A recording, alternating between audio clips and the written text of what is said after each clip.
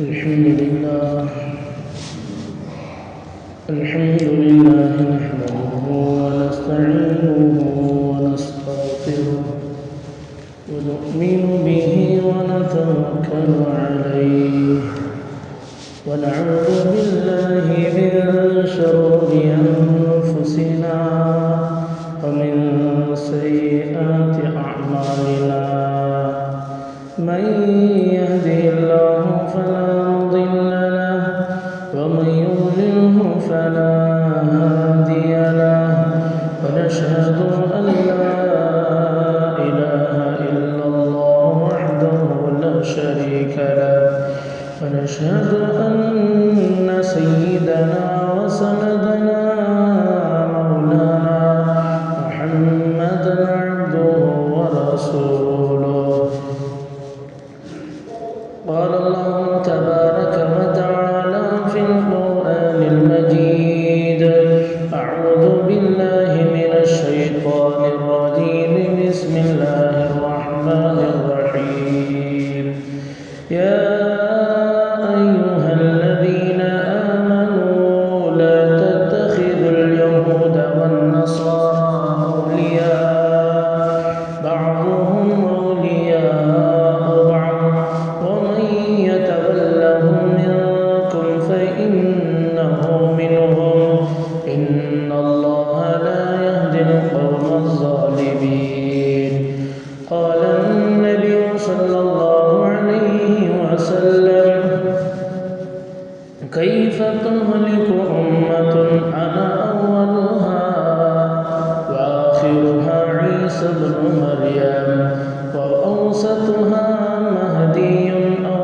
كما قال عليه الصلاة والسلام رب اشرح لي صدري ويسر لي أمري واحلل عقدة من لساني يفقه قولي سبحانك لا علم لنا إلا ما علمتنا إنك أنت العليم الحكيم اللهم صل على سيدنا محمد وعلى آل سيدنا محمد صلاة تنجينا بها من جميع الأهوال والآفات وتقضي لنا بها من جميع الحاجات وتطهرنا بها من جميع السيئات وترفعنا بها عندك على الدرجات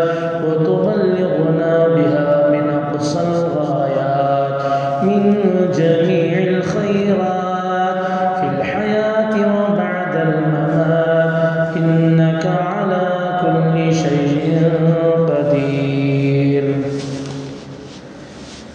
معزز سامعین کرام، آپ حضرات کے سامنے حالات حاضرہ اور اس کو پہچاننے کے لیے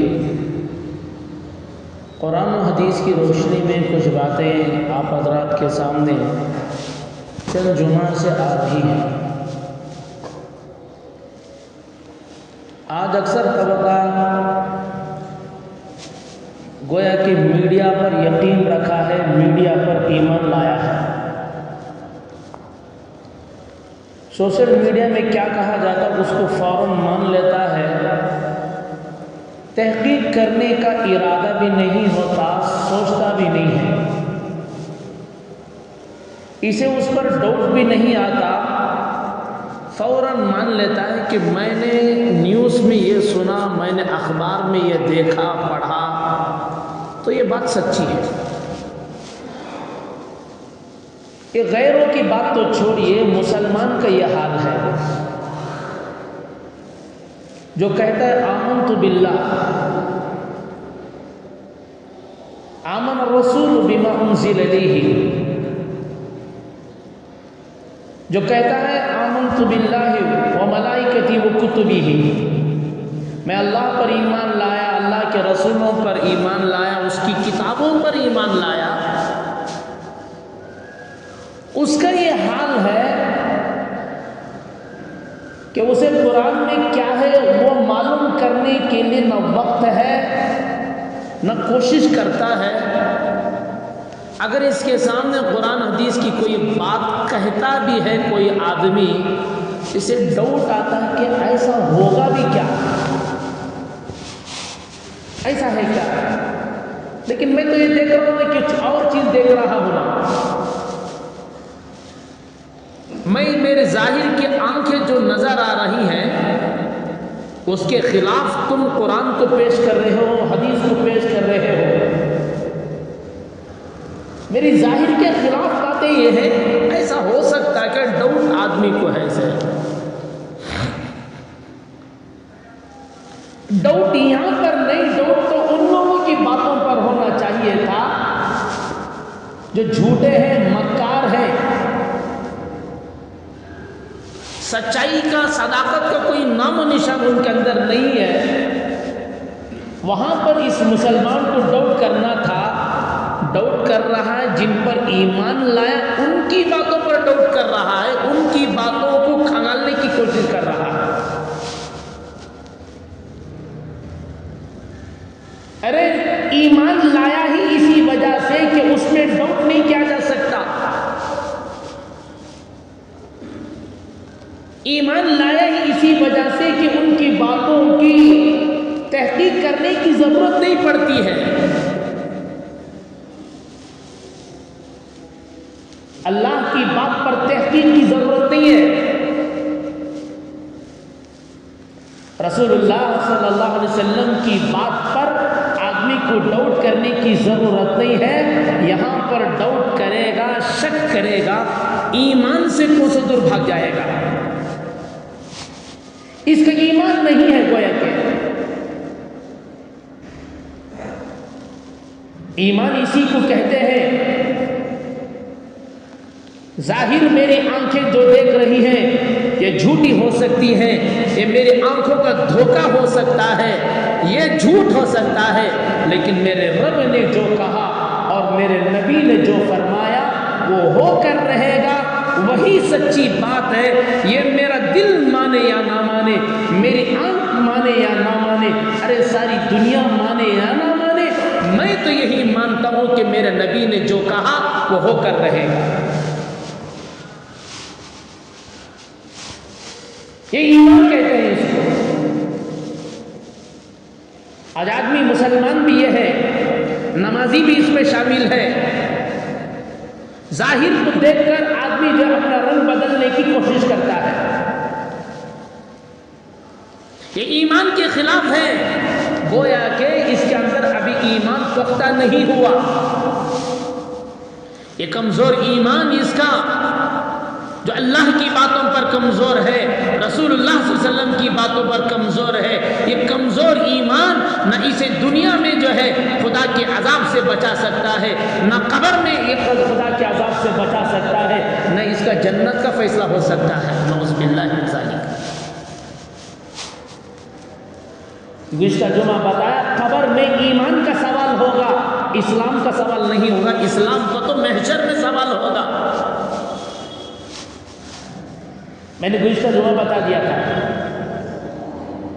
اور جو ایمان میں کامیاب ہے اسی کا اسلام کے بارے میں سوال ہوگا، اور جو ایمان میں جو ہے آدمی فیل ہوگا اس کا اسلام کا کوئی سوال ہی نہیں ہے.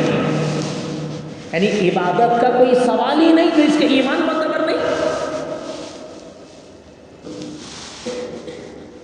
میں نے جو آیت پڑھی اور کچھ احادیث لکھ کر آیا تھا گزشتہ جمعہ، اور کچھ لکھ کر آیا ہوں. گزشتہ جمعہ ایک حدیث پر تشریح پر وقت ہو گیا اور 2-3 حدیثیں مختصر آپ کے سامنے بیان کر دیتا ہوں. حضور صلی اللہ علیہ وسلم نے پیشن گوئی آگے کیا ہونے والا ہے اس کے بارے میں ہمارے نبی نے کیا فرمایا وہ آپ کے سامنے بتا رہا ہوں. میڈیا میں کیا ہو رہا وہ تمہیں سب بھی اچھا معلوم ہے نا. ہاں دیکھ رہی گھر کو جس کا مطلب پورا معلوم ہے گھر کو. ہاں وہ تو ایک طرف ہے، دیکھ رہی دوسری بات. یقین نہ کرو 100%. میرا کہنے کا میں یقین نہ کرو، یقین ان باتوں پر کرو کہ میرے نبی نے جو فرمایا یہ ہو کر رہے گا، اس پر میرا یقین ہے. بھلے کسی کو پتہ ملے، بھلے کسی کو جو شکست ملے، لیکن یقین میرے نبی نے جو فرمایا وہ ہو کر قرآن مجید کی ایک آیت میں نے پڑھا، پہلے اس کی تشریح سن لیں. یا ایھا الذین آمنوا لا تتخذوا اليہود والنصارى اولیاء بعضهم اولیاء بعض. اے ایمان والو، اے مجھ پر یقین کرنے والو، تم یہود و نصارہ کو دوست نہ بناؤ. بعضهم اولیاء بعض، وہ تو آپس میں ایک دوسرے کے دوست ہیں. یہودی نصرانی آپس میں کیا ہیں؟ وہ دوست ہیں. ایمان والو، تم ان سے دوستی نہ کرو. اچھا، اس بات کی مخالفت کرے گا، اس کے بارے میں خدا کا کیا فیصلہ ہے؟ سنو. وَمَن يَتَوَلَّهُم مِّنكُمْ، اور جو تم نے میری اس بات کی نافرمانی کرے گا، روگردانی کرے گا، ہماری بات کا انکار کرے گا، ہماری بات کو نہیں مانے گا، فَإِنَّهُ مِنْهُمْ، یقیناً وہ بھی انہی میں سے ہے. چھٹا پارہ لا یحب اللہ، سورۃ المائدہ. قرآن مجید ہماری مسجد میں ہے، اردو ترجمہ بھی ہے، انگلش ترجمہ بھی ہے، ہندی ترجمہ بھی ہے، کنڑ ترجمہ بھی ہے. اٹھا کر دیکھ لو. جو ان سے دوستی کرے گا، جن کی دوستی سے خدا نے منع فرمایا ہے، ان سے دوستی کرے گا. اللہ کا فیصلہ ہے کہ اس وجہ سے دوستی کر رہا ہے، یہ بھی انہی میں سے، اس لیے ان سے دوستی کر رہا ہے. ان اللہ لا یہدی القوم الظالمین، یقیناً اللہ تبارک و تعالی اس کی نافرمانی کرنے والے کو، ظالم کو، یعنی اللہ کی حکم کی نافرمانی کرنے والا وہ خود ظالم ہے، ایسے ظالم کو اللہ ہرگز ہدایت بھی نہیں دینے والا ہے. ان اللہ لا یہدی القوم الظالمین. یہ خدائی فیصلہ ہے، یہ اللہ کا فیصلہ ہے. جو ان کے ساتھ دوستی کرے گا، اس کی یہ حشر ہونے والا ہے. دوستی اللہ سے کرو، اللہ کے رسول سے کرو، اور ایسے لوگوں سے دوستی کرو جو تمہیں اللہ تک پہنچانے والے ہیں، اللہ سے دوستی مضبوط کرنے والے ہیں، جو تمہارے دل میں اللہ سے مضبوط تعلقات پیدا کرنے والے ہیں. ایسے سے دوستی کرو، یہ خدا کا فرمان ہے.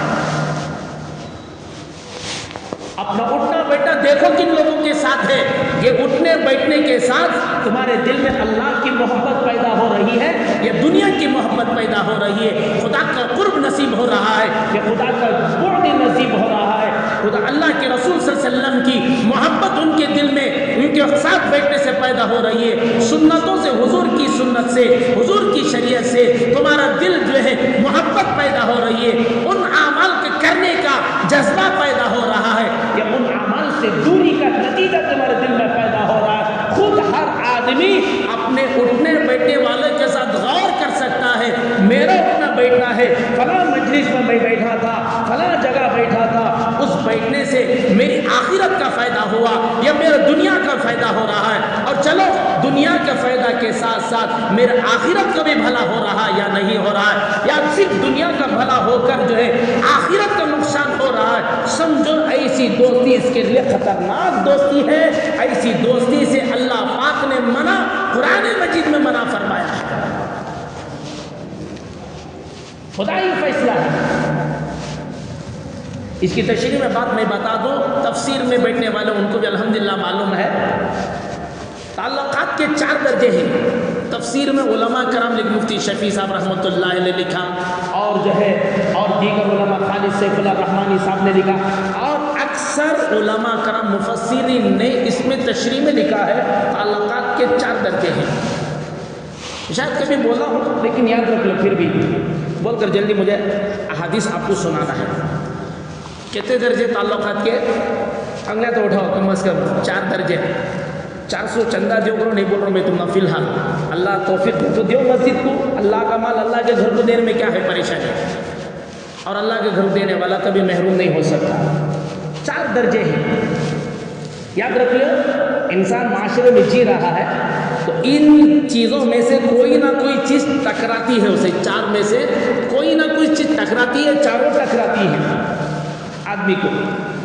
ایک ہے مواسات. مواسات کہتے ہیں ہمدردی کرنا, بھلائی کرنا, بھوکے کو کھانا کھلانا, ننگے کو کپڑا پہنانا, بیمار کی دوا دارو کا انتظام کرنا, جو تمہارے حق میں ہے کسی کی مدد کرنا, کمزور کی غریب کی مدد کرنا.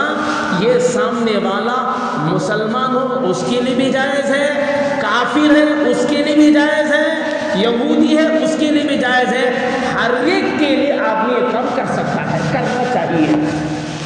خود حضور کا عمل ہے. حضور کی مسجد میں آتے بھوکا آتا آپ نے کھانا کھلاتے تھے. کاش یہ انتظام ہماری سب مساجد میں ہو جائے. آمین تو بولو. سکھا لوگ کر رہے لنگر قائم کرتے ہیں, مسلمانوں میں کم ہے. اللہ کے بندوں کو کھلانا ہے. ارادہ تو کرو, ثواب تو مل جائے گا. اللہ اپنے نیک بندوں سے کام لے گا انشاءاللہ. حضور کی مسجد میں ہوتا, کافر آتے آپ کھانا کھلاتے, مشرک آتے آپ کھانا کھلاتے. ہر ایک کے ساتھ ہمدردی یہ کر سکتے ہیں. اسے کہتے ہیں مواسات. اسے کیا کہتے ہیں؟ مواسات. دوسرا درجہ ہے مدارات, یعنی اچھائی کے ساتھ پیش آنا, محبت سے بات کرنا, سامنے والے کو عزت دے کو بات کرنا. فرمائیے ہر ایک کے ساتھ ہے. مسلمان غیر مسلم اس میں کوئی فرق نہیں. یہ ہر ایک کے ساتھ کیا کر سکتے ہیں؟ آپ کر سکتے ہیں. اسے مدارات کہتے ہیں. سمجھے بات ہے؟ مواسات, مدارات. عمل کرنے کے لیے بولوں سو. تیسرا ہے موالات. موالات کہتے ہیں دلی دوستی. اتنی دلی دوستی انہیں کیسا ہے ویسا جنہیں بننے کی کوشش کر رہا ہے. اس کے سر کے بال کیسے ہیں ایسا جنہیں بنا رہا. انہیں ٹیٹو چھڑا لیا تو انہیں بھی چھڑا لے رہا ہے. انہیں کیسا فرینچ کٹنگ جو ہے داڑھی ویسا جنہیں ڈال رہا ہے. انہیں کیسا ہنس رہا ایسا ہنسنے کی کوشش کر رہا ہے. انہیں کیسا چل رہا ویسا چلنے کا جو ہے دھوم مچا رہا. انہیں بات کیسا کر رہا ایسا کر رہا. اس طرح کی اتنی محبت دل میں پیدا ہو گئی ہے. ایسی محبت کسی کافر سے جائز نہیں ہے, بالکل حرام محبت ہے. ایسی محبت, اتنی محبت گہرائی کی محبت اللہ سے کرنا ہے. مسلمان کو اللہ کے رسول سے کرنا ہے, اور اللہ کے رسول کے جو کامل سنتوں پر عمل کرنے والے ہیں ایسے نیک لوگوں سے محبت کرے تاکہ ان کے طور طریقہ اس کے اندر آ جائے. یہ جو اللہ کے رسول سے گویا کہ محبت ہے, اللہ سے محبت ہے. اسے کہتے موالات. موالات کافروں سے, مشرکوں سے, یہودیوں سے, نصرانی سے, خدا کے باغیوں سے, خدا کے دشمنوں سے, خدا کی نافرمانی کرنے والوں سے. ارے مسلمان ہے لیکن خدا کا نافرمان ہے, فاسق ہے, فاجر ہے, گنہگار ہے. ایسی محبت اللہ کے رسول کے علاوہ کسی سے جائز نہیں ہے. اسے کہتے ہیں موالات. سمجھ گئے؟ یہ 3 میں ہمارے اندر کیا ہے خود ہر آدمی جھانک لو. میرے اندر یہ چیزیں ہیں کیا نہیں ہیں. پہلا عمل کر رہا اچھی بات, دوسرے پر عمل کر رہا فبیحہ, واہ واہ ماشاءاللہ. تیسرے پر عمل کر رہا ہے کفار سے دوستی ہے. توبہ استغفار اسی وقت کر لے, اپنے خدا سے مانا لے کہ اللہ میں اس بیماری میں مبتلا تھا, میں اس گناہ میں مبتلا تھا, تجھے حاضر ناظر سمجھ کر میں ابھی توبہ کرتا ہوں. اللہ سے توبہ کر لے اور اس راستے سے ہٹ جائے. اسے کہتے ہیں موالا. چوتھا ہے معاملات, لین دین. یہ ہر ایک کے ساتھ کر سکتے ہیں. آپ کی دکان میں کافر آئے, لین دین کرو, منع نہیں ہے, لیکن اس میں تشریح ہے, سن لو. ایسے کافر کے ساتھ معاملہ لین دین ہو رہا ہے, اس مال کا نفع میں یہ کافر یا مشرک, خدا کا باغی یہودی ہو, نصرانی ہو, خدا کا نافرمان, ظالم, جو بھی ظالم ہے, جو بھی ظالم ہے, مسلمان ظالم ہے, جو بھی ظالم ہے, وہ ظالم اس مال کے ذریعے سے ظلم کی کیا کر رہا ہے، ظالم بن رہا ہے، اور اس مال کے ذریعے سے ظالموں کا ساتھ دے رہا ہے، ظالموں کی مدد کر رہا ہے۔ جس اعتبار سے بھی ظالم کی مدد کر رہا ہے، تو ایسے لوگوں سے معاملات کرنے کی بالکل اجازت شریعت مطہرہ میں بالکل اجازت نہیں ہے۔ اللہ کا حکم ہے کہ ایسے معاملہ کو توڑ دو، ضرورت نہیں ہے۔ جیسا کہ فی الحال اسرائیل کے پروڈکٹس کو جو معاملہ کو بند کرنے کا کہا گیا ہے، یہ اسی معاملے کے تحت قرآن کی تفسیر پر عمل کرتے ہوئے علماء نے بات کو چلایا ہے کہ ایسے معاملہ ان کے نہ کرو، کیونکہ اس کا فائدہ سے وہ لوگ کیا کر رہے ہیں، کمزوروں پر ظلم کر رہے ہیں، بچوں کو شہید کر رہے ہیں، عورتوں کو بیوہ بنا رہے ہیں، ہر اعتبار سے خدا کے گھر کو ویران کر رہے ہیں۔ ایسے ظالموں کی چیزوں کو نہ لو، بھلے کوئی کہنے والا یہ کہے کہ بھائی اس کا ثبوت کیا ہے، ثبوت میری زبانی سن لو، یہ بھی حضور کی سنت پر عمل ہے۔ کوئی جاہل کہتا ہوگا، جاہل آدمی کہیں کا، ایک جگہ جو ہے، ایک جگہ سنا ہے چند ہفتے پہلے، مولانا کے اوپر ریمارکس، کیا ضرورت ان کو کھل کو یہودیوں کے بارے میں بولنے کی، وہ غلطی ہے، بولنے والا بھی جاہل بیوقوف کہیں کا بھی کہتا ہے۔ ارے تجھے نہیں پتا، غزوہ خیبر میں حضور پاک صلی اللہ علیہ وسلم نے یہودیوں کی شرارت پر ان کے قلعے کا محاصرہ آپ نے کیا تھا، اس لیے کہ یہود و نصارہ نے حضور کو کسی میٹنگ کے لیے بلایا تھا، مشورے کے لیے بلایا تھا، اور دیوار کے نیچے بٹھا کر جو ہے ایک یہودی کو کہہ دیا تھا اوپر سے چٹان گرا دو۔ حضور صلی اللہ علیہ وسلم کے پاس جبرائیل امین آئے اور آ کر کہا یا رسول اللہ آپ فوراً یہاں پر سے چلے جائیے، اس لیے کہ ان کا یہ مشورہ ہے۔ حضور فوراً کسی سے بات کیے ہوئے ایسے جو خاموشی کے ساتھ ایسے نکلے، حکمت کے ساتھ نکلے، لوگوں کو ایسا لگتا تھا کسی ضرورت سے گئے ہیں، ابھی آنے والے، لیکن حضور واپس اپنے مقام پر گئے۔ پھر جو ہے ان لوگوں کا جو ہے آپس ان کا بائیکاٹ کیا گیا، ان کا خیبر میں بائیکاٹ کیا گیا، پھر وہاں پر انہوں نے سازشیں رچنا شروع کی۔ حضور صلی اللہ علیہ وسلم نے ان یہودیوں کا جو ہے خیبر میں ان کے قلعوں کا محاصرہ کیا، اور محاصرہ کرنے پر وہ اندر موجود تھے، باہر نکلنے کے لیے تیار نہیں۔ حضور نے فرمایا ان کے جو باغات ہیں ان کے باغات کو کاٹو۔ جب کھجور کے درختوں کو کاٹنا شروع کیا، یہودیوں کے اندر مال کی محبت اور دنیا کی زندگی کی محبت اتنی بھری پڑی ہوئی ہے، اتنی بھری پڑی ہوئی ہے، شاید کسی اور کے دل میں بھری پڑی۔ جب ان کے درختوں کو کاٹا گیا تو وہ معاہدہ صلح کے لیے آگے آئے۔ اب کھجور کو کیوں کاٹا گیا؟ مال میں کیا وہ سمجھ میں آ رہا ہے؟ اب کھجور کا مطلب ان کی آمدنی تھا، وہ اب اس کو جو ہے نقصان پہنچا گیا تو سیدھا کیا ہو گئے، ان کے دماغات صحیح ہو گئے۔ تو اسی طرح ہم یہاں کھجور نہیں کر سکتے، لیکن تو پروڈکٹس کو کر کے کیا کر سکتے ہیں، جتنا ہماری ذمہ داری کو اتنا ہم ادا کر سکتے ہیں، کریں گے انشاءاللہ۔ حدیث سن لے آپ حضرات، گزشتہ ایک حدیث بتایا تھا، یاد نہیں ملا شاید، آگے سن حدیث۔ وَيْحَ هَذِهِ الْأُمَّةِ مِنْ مُلُوكِ الْجَبَابِرَةِ كَيْفَ يَقْتُلُونَ إِلَّا مَنْ أَظْهَرَ طَاعَتَهُ۔ ہائے میری امت پر ایک وقت ایسا آئے گا، روٹے کھڑے ہو جائے، حضور بول رہے، ہائے ایک وقت میری امت پر ایسا آئے گا کہ ظالم بادشاہوں کے ہاتھوں پر بہت زیادہ ان کو ظلم سہنا پڑے گا۔ کیف یقتلون، اور بے تحاشا قتل کریں گے لوگوں کو، الا من اظہر طاعتہ، ہاں مگر کوئی وہ جو کہہ رہے ہیں اس پر ہاں ہوں صاحب ہوں صحیح ہے، اگر اس طرح گردن کو جھکا دے گا تو اسے وہ امانت دے دیں گے، امن دے دیں گے، ورنہ جو حق بولے گا اسے کیا کر دیا جائے گا، اسے ختم کر دیا جائے گا۔ جیسا کہ آپ ایک مثال دے دوں، بیت اللہ میں کعبہ میں ایک امام صاحب نے حق بات کو کہا تو ان کا کیا حشر ہوا تم نے سب کو معلوم ہے۔ یہ حدیث فَإِذَا أَرَادَ اللَّهُ، آگے سنو، ان ظالموں کی ہمیشہ حکومت نہیں رہے گی. فَإِذَا أَرَادَ اللَّهُ أَن يُعِيدَ الْإِسْلَامَ عَزِيزًا، جب اللہ کا ارادہ ہوتا ہے کہ اسلام کو سر بلندی دے، کیا دے؟ اسلام کو سر بلندی دے. ابھی جتنے جو قتل کر رہے ہیں یہودی نصارہ، یہ تو ظالم ہی قتل کر رہے ہیں. غزہ میں جو مسلمانوں کو شہید کیا جا رہا ہے ان کی نافرمانی پر یہ کر رہے ہیں، یہ حق کہہ رہے ہیں تو ان کو قتل کیا جا رہا ہے. لیکن خدا کا ارادہ سنو، فَإِذَا أَرَادَ اللَّهُ أَن يُعِيدَ الْإِسْلَامَ، جب اللہ کا ارادہ ہوتا ہے اسلام کو کیا دے؟ عزیزاً، غلبہ دے.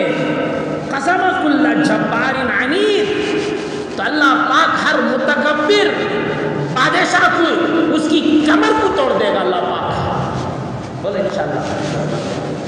یہ حضور بول رہے سو قسم کل جبار عنید، ہر متکبر گھمنڈی بادشاہی کی اس کی کمر کو اللہ پاک کیا کر دیں گے؟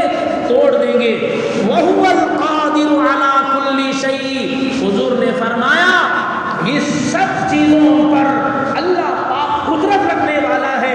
کوئی یہ نہ سمجھے فلاں بادشاہ اتنا کروڑ پتی ہے، فلاں جو ہے ملک کا جو ہے صدر جو ہے اتنا بڑا ہے، وزیر اعظم اتنی جو ہے اس کی فوج ہے، اس کی جو ہے اتنی طاقت ہے. کوئی ارادہ نہ کرے. وَهُوَ الْقَادِرُ، اللہ ہر چیز پر کیا ہے؟ قدرت رکھنے والا. یا حذیفہ، حضرت حذیفہ صحابی، لو لم تبقى من الدنیا الا یوم واحد، حذیفہ اگر دنیا کا ایک دن بھی باقی رہے گا، اس دنیا کے ختم ہونے کا ایک دن بھی باقی رہے گا، لَطَوَّنَ اللَّهُ ذَلِكَ الْيَوْمِ، اللہ پاک اس دن کو اتنا بڑا کر دے گا، اتنا بڑا کر دے گا کہ میری نسل میں سے، میری اولاد میں سے ایک آدمی نکلے گا، اللہ پاک اس کے ذریعے سے ساری دنیا میں انصاف کو قائم کر دے گا. وَهُوَ سَرِيعُ الْحِسَابِ، اور اللہ پاک جو ہے ظالموں کو بہت جلد سزا دینے والے. آگے اور ایک حدیث سن لیں. سَيُجِيءُ فِي آخِرِ الزَّمَانِ أَقْوَامٌ، ان قریب آخری زمانے میں کچھ لوگ آئیں گے، کچھ قومیں آئیں گے. یہ آخری زمانہ چاہیے. یکون وجوہہم وجوہ الآدمیین، ان کے چہرے تو آدمیوں کے جیسے رہیں گے. لیس فی قلوبہم رحمہ شیء من الرحمہ، لیس فی قلوبہم شیء من الرحمہ، ان کے دلوں میں ذرہ برابر بھی رحم کی کوئی چیز نہیں رہے گی. رحم کی چیز ذرہ برابر بھی نہیں رہے گی. سفاکون الدماء، خون بے تحاشا بہائیں گے وہ لوگ. الاعتذار بہم ظلم، ایسے ظالم بادشاہوں کے پاس ان کی چاپلوسی کرتے ہوئے کوئی عزت کو تلاش کرے گا.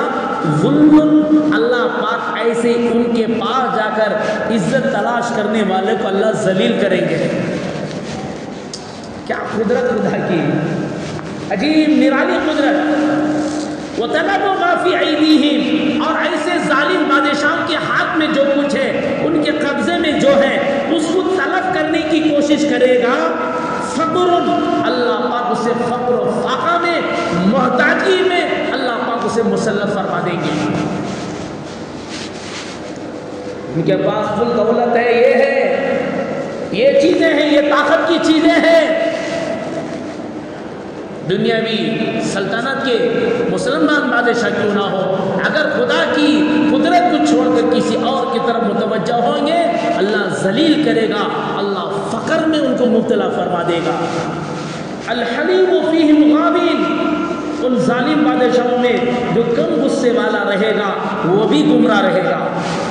الآمر بالمعروف متہم، اس زمانے میں جو حق بات کہے گا اس پر تہمت ڈالی جائے گی، اس پر تہمت ڈال کر جو ہے اسے سزا دینے کی کوشش کی جائے گی. جو حق بات کہے گا، جو بھی حق بات کہے گا اس پر تہمتیں ڈالا جائے گا، اور تہمتیں ڈال کر اس کی الزامات ڈالا جائے گا.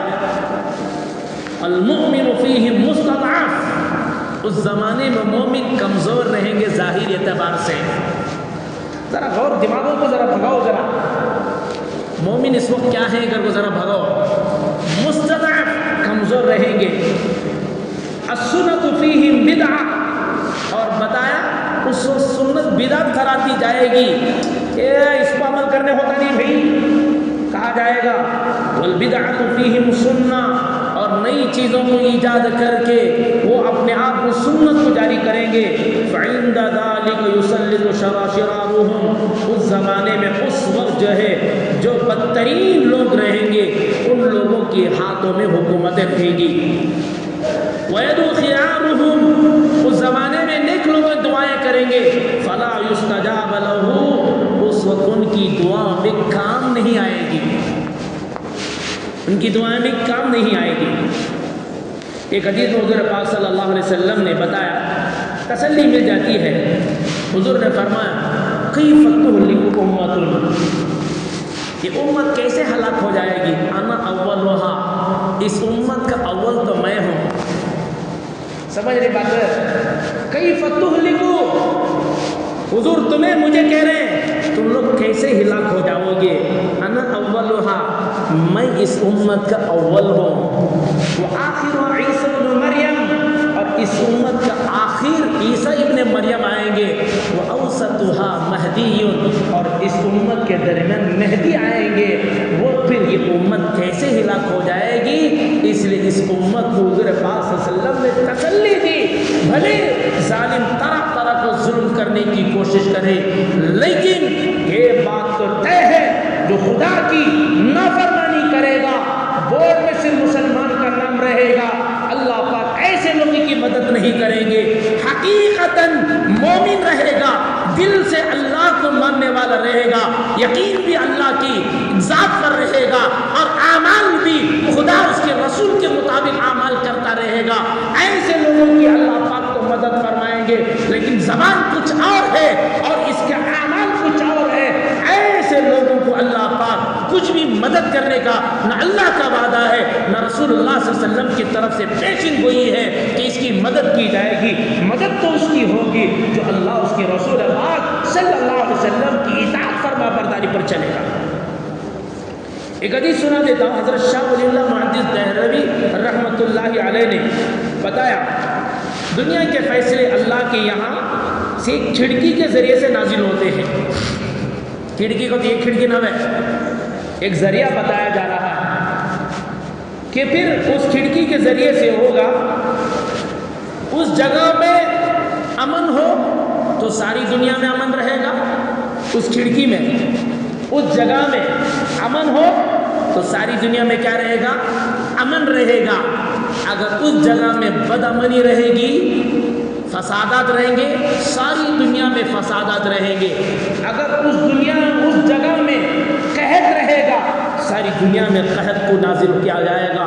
اگر اس جگہ میں قحط ساری ختم خوشحالی رہے گی تو ساری دنیا میں خوشحالی رہے گی. حضرت محدث دہلوی حضرت شاہ ولی اللہ رحمۃ اللہ نے حدیث میں بتایا، تشریح کرتے بتا وہ کھڑکی بیت المقدس ہے، وہاں پر امن، ساری دنیا میں امن کو اللہ لائیں گے. وہاں پر جو ہے اتنا فسادات رہیں گے، ساری دنیا میں فسادات ہوں گے. وہاں پر قحط رہے گا، اللہ پاک ساری دنیا میں قحط کو لائیں گے. وہاں پر خوشحالی رہے گی تو اللہ پاک ساری دنیا میں خوشحالی کو لائیں گے. ایک حدیث بل اپنی بات کر حضرت میمونہ رضی اللہ تعالی عنہا نے فرمایا، حضرت ام المؤمنین ہماری تمہاری ماں حضور پاک صلی اللہ علیہ وسلم کی بیوی امت کی ماں حضرت میمونہ رضی اللہ تعالی عنہ نے پوچھا، حضرت یا رسول اللہ صلی اللہ علیہ وسلم بیت المقدس کے متعلق آپ ہمیں وضاحت فرما دے. حضور نے فرمایا وہیں سے امت کو اٹھایا جائے گا، اسی زمین سے اس امت کو اٹھایا جائے گا. اور آگے فرمایا، حضور نے فرمایا ایک نماز وہاں پر دیگر مساجد کے 1000 نمازوں سے افضل ہے. حضور صلی اللہ علیہ وسلم کو حضرت میمونہ رضی اللہ عنہ نے پوچھا، یا رسول اللہ اگر وہاں میں پہنچ نہ پاؤں، نماز کے لیے وہاں پر پہنچ نہ پاؤں تو ہمارے لیے کیا حکم ہے؟ حضور صلی اللہ علیہ وسلم نے فرمایا، حدیث کے الفاظ سن لو، حضور پاک صلی اللہ علیہ وسلم نے فرمایا اگر وہاں پر نہیں پہنچ سکتی ہے تو فرمایا زیتن سراج، فرمایا وہاں کے تیل اس مسجد اقصی کے چراغوں میں جلنے کے لیے جو تیل استعمال کیا جاتا ہے، اگر تیرے ہاتھ سے ہو سکتا ہے تو تیل ہی کو بھیج دے، تیل بھی جو بھیجے گا یعنی وہاں کی مدد کرے گا تو وہ بھی وہاں پر حاضری کا اسے ثواب و برکت ملے گی۔ اللہ عمل کی توفیق دے، آمین بول آمین۔ اتنا تعلق ہمارا ہے وہاں سے، اب ظاہر سی بات ہے ہم لوگ نہیں بھیج سکتے، ارادہ تو کرو، اللہ عافیت کے ساتھ وہ سہولت دے، ہم ان کی مدد کریں کچھ نہ کچھ۔ فی الحال ظاہری مالی مدد کی اللہ توفیق دے دے گا، اگر ہماری حکومت موجودہ دور کی حکومت اجازت دے دے گی، کیونکہ یہ حکومت نے خود اللہ کا احسان ہے اس نے خود مدد کیا ہے، اگر وہ اجازت دے تو ہم کریں گے انشاءاللہ۔ اتنا نہ ہو تو کم از کم اپنی دعاؤں میں تو نہ بھولو، سمجھ رہے اتنا تو کر سکتے ہیں۔ اور وہ ظالم کی چیزیں صرف وقتی طور پر بند نہیں کرنا، زندگی بھر کے لیے کرنا ہے۔ ان کا حشر تو ختم ہونے والا ہے انشاءاللہ، وہ تو ہونے والا ہے، لیکن اس سے پہلے امتحانات کی گھڑیاں ہی بہت پیش آنے والے ہیں، بڑے خطرناک حالات آنے والے ہیں۔ وہ کیا حالات آنے والے ہیں انشاءاللہ اللہ توفیق دیا آئندہ عرض کروں گا۔ 2 جمعہ سے وہ 3 سوالات کیا تھے، بولنا وقت نہیں بس آ رہا ہے، اللہ کبھی توفیق دے انشاءاللہ بتاؤں گا۔ اللہ سے دعا ہے اللہ پاک ہم تمام کو حضور پاک صلی اللہ علیہ وسلم کی بتائی ہوئی احادیث پر 100% دل سے یقین کرنے اور حضور نے جو عمل کرنے کے لیے کہا گیا ہے اس پر 100% عمل کرنے کے اللہ تم نے مجھے مع اہل توفیق مرحمت فرمائے، آمین۔ وآخر دعوانا الحمدللہ رب العالمین۔